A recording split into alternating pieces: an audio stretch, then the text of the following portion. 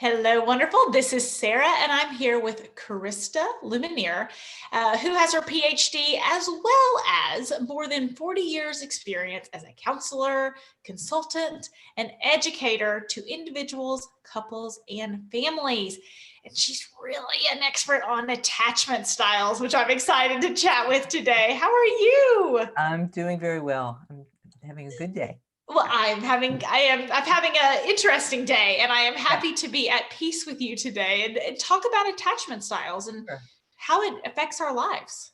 Yeah, it's very defining because the neuroscience of relationship and attachment approach has clarified how our early attachment styles with our primary attachment figures, mother, father, adoptive parents, step parents, grandparents, nannies, siblings, aunts, uncles, but particularly the mother-father dynamic, even an absent parent, defines our adult dynamics. Our early childhood attachment style actually defines how we bond with our partners. And over time, we can actually, if we have different attachment styles with each parent or primary caregivers, different partners can bring out, latent, unresolved issues that are born out of how we attach to our primary attachment figures. So it's worth knowing, especially if there's a lot of reactivity. It's almost always found in what's going on with the attachment dynamic. So what are the attachment styles? So you'll hear just a clarification. You'll hear me talk about love styles. Okay. My partner, it's just synonymous, same thing as attachment styles, but in our work, we have a love style profile quiz where people can take their quiz to see their attachment styles. So I may say attachment style, love style, same thing. So there's 4 primary attachment styles defined by John Bowlby and Mary Ainsworth back in the 50s, where they were just looking at the dynamic between parent and child. Secure attachment, insecure attachment, secure attachment, insecure anxious attachment, insecure avoidant attachment, and insecure trauma attachment. So I'm going to talk about each one very succinctly. And the distinction here is that there's secure attachment, 1 out of 4, and the other 3 are how we react when we get triggered and go into insecure reactions. There's 3 different distinctions there. So secure attachment is this, the general behavior is we commit as a couple, as hopefully we had a parent who cared about us for secure attachment, as our security being the most important priority. That in this case with couples, the relationship is a priority, soothing each other's distress is a priority, empowering each other's true self is a priority. And it's like, you are my go-to person. Just like when we were in distress as a child, hopefully we had one go-to person to help regulate us when we felt insecure. It's the feeling of feeling loved and harmonious, peaceful, and the feelings, I'm safe with you, I feel loved. Safe is the word I kept thinking about as you were chatting. Safe. Yes. Secure, Yes. safe. Okay. So we define secure attachment as 80% of the time, minimum. 4 out of 5 interactions are smooth. You're my go-to person. And of course, we have hard days. We fight. Fighting is not a defining factor if we're in a toxic relationship. It's how we fight. If we fight it's important with secure attachment guidelines, which we can unpack later. The other 3 styles, insecure, anxious, of which I'm in that subclub. In other words, when I get triggered, I go into, any of us, we go into the midsection of the brain. You've heard of the fight or flight amygdala. We go into fight, which is insecure, anxious, or flight, insecure, avoidant. Insecure, anxious, it's basically our behaviors are we pursue. When triggered, we go after, we attack, we criticize, we complain, and we go into a hyper aroused, our nervous system, where you can see it and hear it. Where are you going? The fascination is fixation, usually when we really escalate and stay kind of in this highly anxious, I feel you're abandoning me, physically, emotionally. I'm desperate. I'm frustrated. I'm anxious. You're disappearing on me. And there's this need to resolve the discontent, the need to get reassurance. You're not going anywhere. We're going to work it through. And the primary feeling is you don't care about me. It's like, I need you. Don't disappear. So you don't care about me. And then it just like awake a bear. I'm trying to wrap up what you're saying. So kind of like it awakes this bear in you and you kind of go on like, ah. Yeah, I call it, I see it most women who, men as kind of a cat. I often talk about the claws. Okay. The claws coming up. Come back. Of course, they pursue. They're called insecure, anxious pursuers. They Okay. want resolution now. Otherwise, the anxiety escalates. Now, here's the problem. If they're with the next attachment style, I go into flight and there's I'm afraid you're leaving. And the other partner's insecure, avoidant. The avoidance, they withdraw, they hide out, they shut down. Bye, taking care of myself only, see you later. They're avoidant, just like their name. They also have a fear. Their fear is, I don't get to have my feelings matter. When I was a child, I never got anyone to care for my needs, my need to be held, my need to be heard. So I learned I don't depend on anyone, and I learned to self-soothe. So it's this, behind that all is that no one really cares for my feelings. So as soon as it gets scary in a relationship, I've learned just take care of myself. That other person is dangerous. Now, here's the problem. It's the classic couples dynamic that ends up in my office or on my online screen these days, where the anxious is desperate to resolve the connection, don't go anywhere. The avoidant is like, I need space in order to regulate myself to maybe come back if you're safe.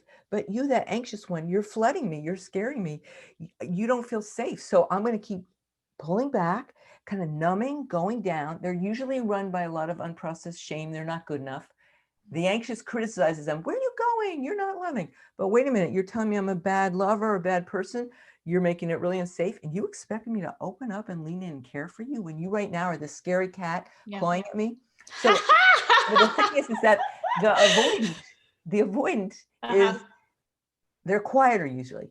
They go down, they're more frozen. That's, they numb out. And they think, oh, there you are, you're overreacting. It's all about you. But what they don't realize is that actually when they shut the door, they avoid. It's just as provocative. It's like someone who wants to connect with you and you slam the door in their face. You might be quiet, but it's just as aggressive. It's passive aggressive. Let me just finish the third style because there's a lot of distinctions here, but I don't want to overload the listener. The third style is the insecure traumatic. Okay. It's not always talked about, but it's critical, especially now that trauma is becoming more of a conscious understanding. What does trauma mean? I feel insecure when do I know it's not just insecure anxious, normal anxiety, normal avoidance. Insecure anxious trauma is usually on top of one of the other two styles, but it's got an additional component, which is when I relate to you, you completely overwhelm me. And the signs of trauma is disassociation, disorganized, kind of random explosive emotion, overreacting or illogical arguing. It's destructive. The insecure anxious traumatized will get highly critical and very verbally abusive. And the insecure avoidant traumatized will get almost paralyzed and collapsed and frozen. They can get very destructive also in their silence. They can stonewall for days. They can disappear and abandon you and not care. And so it's usually stems from a parent or primary caregiver or perhaps a past partner, but usually it's childhood, where the feeling is, I never feel safe for that. I never felt a safe attachment. My parent figure was scary, alcohol, drugs, just like threatened, rage, terrified. And I'm in danger with you is the feeling. And how do we know someone's in trauma? Me sitting here on this side of the screen, I have all these in my history. When I used to I had a rageaholic father. So when I used to feel really threatened, I would escalate like him, kind of the internalized. It was this despair, like it was my own outrage I never got to express. Do not treat me this way. And also it was with one partner in particular who was like him. I would get flooded and I would need to exist, which I couldn't as a child speak up. And it was just, and so how do you know? When the reaction is much more complicated and goes into toxic behavior, harming each other, abusive, verbally abusive, even physically abusive, contempt, just superior, putting the other person down. It's a way to get power. But the problem is the dysregulation totally doesn't match to what's happening in present time. Like I used to say to my partner, whatever's happening, I know you don't mean to, but it's triggering my scar tissue. And I can feel myself get into this kind of hysteria that's not making sense, and then it'd be like, I know I'm in a trauma loop. And you have to stop as a couple. You have to make a commitment. When one of us calls too triggered, traumatized, I'm in a trauma trance, there's no point in ever discussing a thing because no one can care and hear what you're needing and feeling to feel safe and secure if they're feeling attacked or you're frozen. Yeah. So I could talk more about each of those. Well, yeah, it's have you read The Whole Brain Child? Yeah, sure. Okay. Yeah, sure. So I think about it is that toddler where they talk about the baby gate and like the baby gate is open and the emotions are flooding out. Yes. I love that's what I was picturing a bit as you were describing Right. why you cannot talk to each other in those times. There's like the baby gate's open and it's the trauma loop. The baby gate's open, and another way we talk about it in the kind of neuroscience perspective is the primitive brain is actually in the driver's seat. Now, I'd like to give you the listener just a 2-minute, if I can do it. Sure, yeah. Understanding what goes on, you have to understand the new neuroscience of relationship, 10 plus years, explains why the number one criteria of happy, healthy, long-lasting relationships is one criteria. It's not whether you know this technique or that technique. 25 years of research, over 2,000 studies show one criteria of happy couples. They make the relieving of each other's distress the top priority. That's what secure love is to the child, especially if they're the cause of distress. Now, why would I have an incentive to do that if you feel dangerous or provocative or overwhelming? Well, you have to have a partner who wants to practice secure attachment, secure love, I call it. And they have to understand, and you have to understand, all those reactions are happening in the brain. So I'll make it very simple. When we're in the front of our brain, like this, you and I are talking, it's called the prefrontal lobes. It's called the loving brain. It's when we can be in our executive function. It's the higher brain. We're not threatened. Everything's quiet. You're not a danger to me. I'm not a danger to you. We have our pro-relational functions. To communicate, to have empathy, to appreciate, to go for win-win solutions when we have difficulties. And then what happens when we trigger? What's a trigger? Something about your behavior, verbally or not verbally. It could be a rolling the eyes you don't even know, or you just cross your mouth. You're not even saying anything. You just dismiss me. We trigger and suddenly you are not safe. Your behavior to care for me is threatening me. We go into the midsection of the brain, right in the middle of the brain. We call it a fire alarm. It works just like it. Suddenly, danger, danger, or it's kind of like when the fire alarm goes into smoke, not fire yet, it goes into kind of yellow, we call it. Caution, caution, we're entering dangerous dynamics, threatening dynamics, sometimes unconsciously. You don't even know your eyes rolling made me feel like my dismissive parent.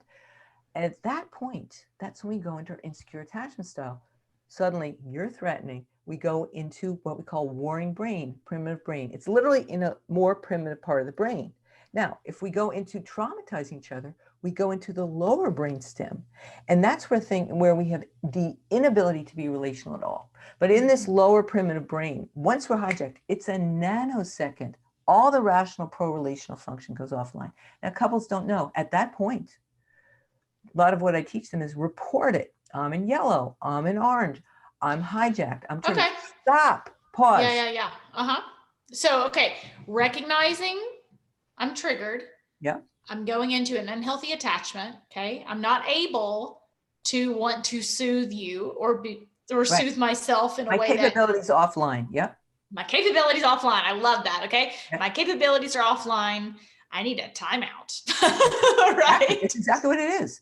Now the timeout could be in the moment, like with my partner, we just say pause. We agree to take 3-5 breaths. And then it's like, are you ready? Can you reset? Sometimes we are very committed to repair quickly. That's another notion of secure attachment, because why? When we're in distress, no one does well and no one can care for each other. And everyone's day is lousy because we're all triggered in these kind of righteous, positions of being hurt. So part of secure attachment for a couple who commits to secure functioning relationship, secure love, secure attachment, all the same thing, is when we get triggered, we care.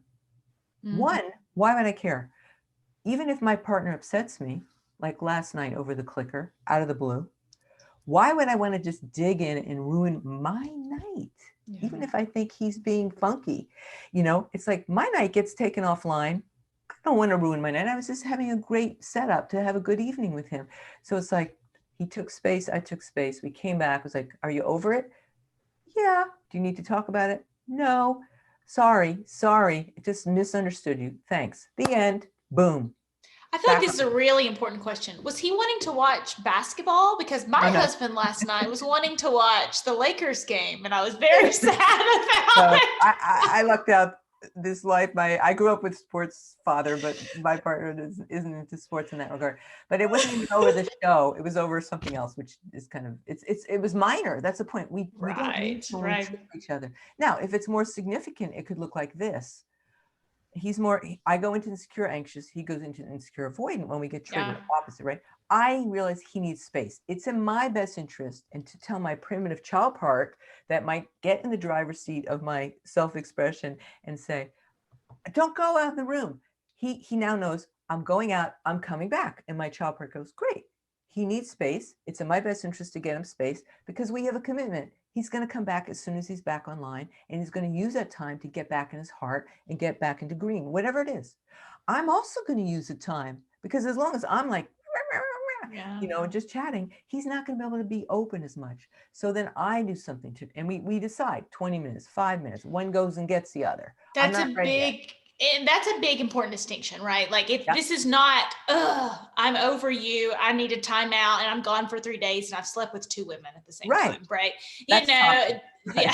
Well, this is Toxic Person Proof Podcast. I want to be very clear in the distinction. That's why I said it. Right? So this is a code of conduct for your relationship. Exactly. Right? Because knowing your partner's style when they trigger is so hardwired from childhood. You can't expect them on demand nor yourself. You have to have conscious ways to navigate it, particularly if you have opposite styles. Those who go both into anxiety are often ragers. They just rage and just, it's like, hey folks, go ahead and yell for an hour or 2 and hurt each other. And that's toxic, but you're not going to get the other to care. Why waste the time? If you both know you're hijacked, you call a timeout in order to self-regulate yourself, self-soothe. The other can't be online. They're in the midsection of the brain. Some people it takes a while to quiet that down. Now, it might need a night. Some people need that long to cycle. But it's a conversation, not a stone wall. Or there's agreement. Like we've had, a few times a year, we can get in something still. We're, highly functional and we live this and teach it, but we're human. Life happens. Yeah. Old parts, remnants of old, they come.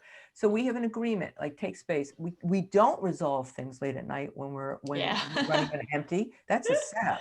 Yes. You don't keep going. You go, let's just park it. I love you. I care about you. Let's give each other a hug. Tomorrow's a new day. And if you need to talk about it, let's set a time that we do that. I love it. It's there. And for the anxious, that's critical because they're like, I love it. How would I know you're going to come back? You're just going to put on the rug and it can happen again. We stay anxious because it can happen again. So if we don't resolve it, then, I'm not going to get over it. Women in particular are that way because they have the ability with the estrogenic mind to remember the past, the present, and the future.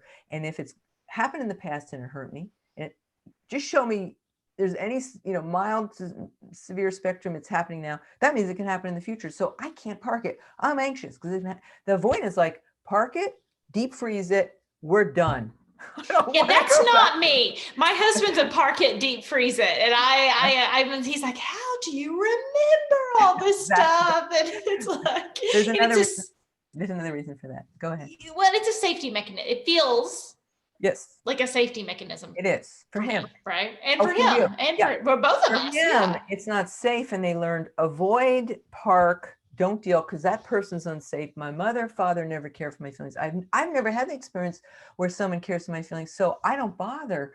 Now, that's part of what the anxious has to realize. You have to actually zip it when you get back online, and don't just go chomping at him again.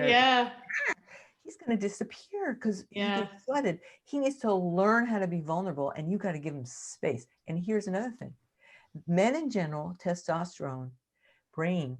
They don't have memory to the past. John Gray told me this of Mars, Venus. He studies the brain chemistry. In general, they are problem now. That's the Martian. Fix it now. The end. What's the problem? Problem, fix it. We're like, build the case. Why? Because it can happen again. You have to get all the different details of why. These are generalizations. Of course, they can be reversed. But the other thing about men in general, avoidant men in general, and some avoidant women, usually women are more anxious, not always. The avoidant type, either way, they're usually slower processors. They are like what we call, they process like a tortoise, slow. They need time, self-soothe, lick their wounds, kind of maybe if it's safe enough and you back off, then they come out, and if immediately we shame, you're bad for doing that. Ugh. See you later. Whereas Yeah. we are usually anxious, are very quick. We process like a hare. We have to realize it floods them. So so when I feel that coming on, I literally go like this. No, my inner child. She's like, so, or even my outraged female. It's like, you want him to care. If you want him to care, you don't just want to lambast him so he'll disappear again. You can't talk to him that way. Even if you're righteous, even if it's he hurt you, you have to be able to talk in a way. You can be angry, but you have to do it in a way where he can actually look at it and feel his impact. And that's very challenging. That sequence is what I do a lot of counseling. It's like how to interrupt those cycles. They can be done. Yeah. There are real simple practices to do that. And you have to be willing to want to learn how, that's the key word. You communicate your feelings to each other. And both partners doing the work. Considering for our listeners, yes. If both you have partners. a toxic relationship, both partners, to your point. Yes. If you are, especially if you're in trauma bonding, where you're constantly feeling scared, frightened, you feel in danger in any way. You feel threatened. Remember, secure attachments, at least 4 out of 5 interactions, 80% of the time, like K through 5 version, healthy, secure functioning. It's almost all the time. We might have a blip once a week. We have a fight once a month. But if you're in constant feeling threatened and the other person does not want to do their work and they won't own it and they gaslight you and make it all about you, you are not going to feel safe and secure. This is not healthy love. Healthy love feels warm. It feels peaceful. It feels protective. It feels predictable. It's the we're caring for each other. And when we hurt each other, we want to repair it. We want to apologize. We want to learn how not to do it to each other. So you can have lots of trauma in your background. You can both have a lot of insecure attachment. You have to want to rewire and learn what secure love is. I love that you said predictable. I love that you said predictable. Like healthy love feels predictable. And I think that is not predictably unpredictable, which is the way I've said it. Toxic love is predictably unpredictable. That's true. Yeah. Look at us. That is one of my talking points. It came up when I suddenly realized one of my exes was like, I was talking like I remember saying to my brother, and he's come back and he goes, he can trigger again. And I'm like, because he could present very loving and very wisely. I'm like, oh yeah, predictably unpredictable. I remember the day I discovered that. So I love it that you have that too. I do say that, but I have not done the flip side and said that healthy love feels predictable. I've not said it that way. Exactly. Yeah, I love that. I just adding, if we all have a bit of, that's why they say secure attachment, the research says, is not 100% predictable. In other words, we have this minimal 1 out of 5 interactions where it doesn't mean we're raging over it. We're just like frustrated, annoyed, learning how to repair and taking longer. But the intention is, here's the bottom line. If I'm unpredictable, I care about my impact and I'm committed to learn how to heal this dynamic rather than keep hurting each other. Mm-hmm. So, and yes, predictable is like most of the time I feel secure and safe with you. When we go into stress, most of the time, and if we commit to relieving that distress, whoever can lead it first, and if we don't know how, we get help to learn how to do that quicker. I love it. And that pattern of trying to make it right, not a pattern of blame shifting and then going on about your business, right? I love that. Tell people where they can find more about you. I loved your work in this conversation. So tell people where they can find more about your work. Yeah, my work, www, obviously, confusedaboutlove.com, and you can take a free love style profile quiz. You get a 6-page report, which will tell you which of your 4 love styles, or if you're a hybrid, I call it, right away in your mailbox. It's free. And then also I have a body of work I created with my partner, Lion Like the Cat, speaking of cats, called healingnarcissismandcodependency.com. And that's it's attachment, but with these distinctions of how do you rewire narcissism, not personality disorder, self-absorbed when I get triggered, usually the avoidant, not always. We can get very self-absorbed too. codependent, self-sacrificing. And it's a perennial course people can take. If you look at the website, you can hear another hour-and-a-half talk with he and I talking about it. I love it. Yeah, easy to remember, confused about love. And before you go, give us your favorite tip for getting back into the driver's seat of your own mind after getting triggered. Yes. Yes. Know what color you're in. Green means you can be effective. Yellow means you're feeling slightly, threatened, and you could go either way depending on yourself, how you show up and how your partner shows up. And red. And if red, you're feeling red, don't bother to process. Wait until you get into pale yellow and green. And the way to do that is to take space, nurture yourself, whatever self-soothes your nervous system to quiet down, because that's how you get into it. And if it means you need to write an email and wait to send it, or you ask your partner for a time because you really need to talk about it when you're both resourced and can be in green. Otherwise, don't bother. And I want to point out, she said nurture and self-soothe, not just distract, right? Because simple, knowing we're at the end here, you need to understand when you trigger how to get back out of trigger. So you're caring about your nervous system. Fight or flight is the nervous system is aroused. Red alert, fire. Is this person threatening and dangerous? Is it going to explode into a blaze between us? So that's all happening in the nervous system. Anxious, soothe it down. Frozen, warm up. Because you're going to have to lean in, whatever that is, whatever opens your heart. Rather than just distracts you. I love that. Warm your soul again. I love it. Thank you so much for coming here and helping us on our journey to becoming toxic person proof. Love your work. Thank you.